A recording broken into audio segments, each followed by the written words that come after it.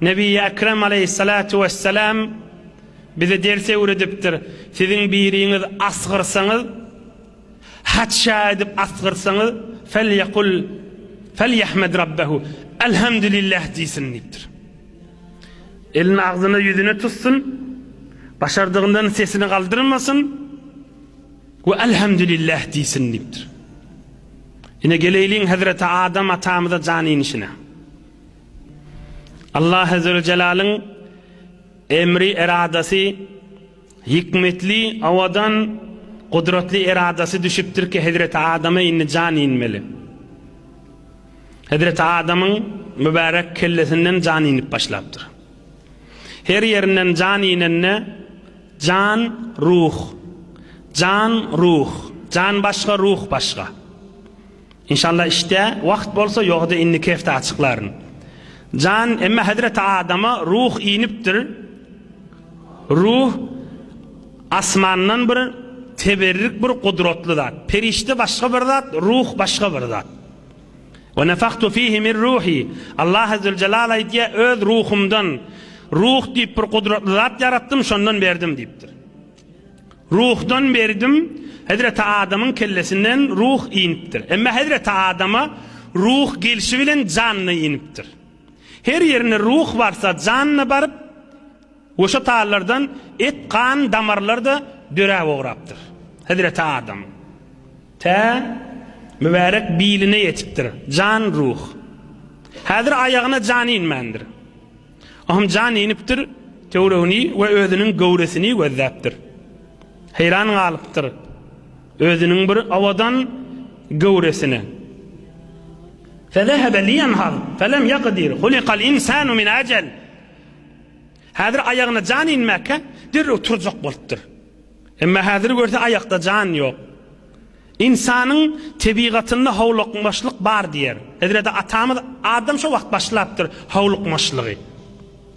İnsanın tebigatında havlukmaşlık bağ olmalı. İnsanın tebigatında yaratılışında bir havlukmaşlık bağda. Ayağına can inmekle mübarek kursağına can iniptir, biline yetenine turcak boluptur. Ama görse ayakta sıkın yok, yani can yok kadir. فَلَمَّا تَمَّتِ النَّفْخَةِ فِي الْجَسَدِ عَتَسَ فَقَالَ الْحَمْدُ لِلّٰهِ رَبِّ الْعَالَمِينَ. Mübarek ayağına da can iniptir, kamil canlı adam oldu.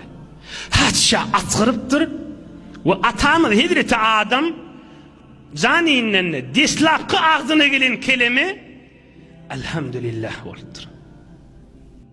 Atamız Hazreti Adam dislakı ağzına alan mübarek kelime elhamdülillah. Atamız Hazreti Adam dislakı ağzına gelen mübarek kelime elhamdülillah. Mukaddes Kur'an-ı Kerim evvelin kelime Bismillahirrahmanirrahim. Bilaini mukaddes Bismillah. Her zadın başı. Ama Bismillah'den son Kur'an-ı Kerim'in evvelin mukaddes kelimesi Elhamdülillahi Rabbil alemin.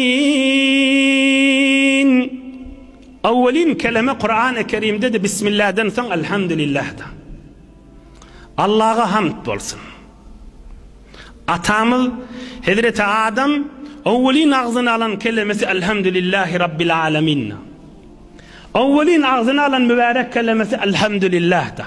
Kur'an-ı Kerim'de deslapkı Bismillah'dan son evvelin kelime Elhamdülillah'da. Ve halde ayettik Nebi Ekrem aleyhissalatu vesselam madam ne diyerdi? Elhamdülillah. Aydın cemaat. Elhamdülillah. Allah'a hamd olsun. Yine in kadar yan mukaddemeler ayettik. Tesbih sanamalardan, elhamdülillahlerden ve bir adam elhamdülillah diyene feriştelere Allah Teala on sogabını yazman, öne koyun deyiptir. Ödüm on sogabını bererin deyiptir. Ve Nebi Ekrem aleyhisselam iyenne, içenne ve hatta sıncadan çıkanla, o ukudan oyananla, yok yatacak bolanla, yürüyenle, minenne elhamdülillah aydardı.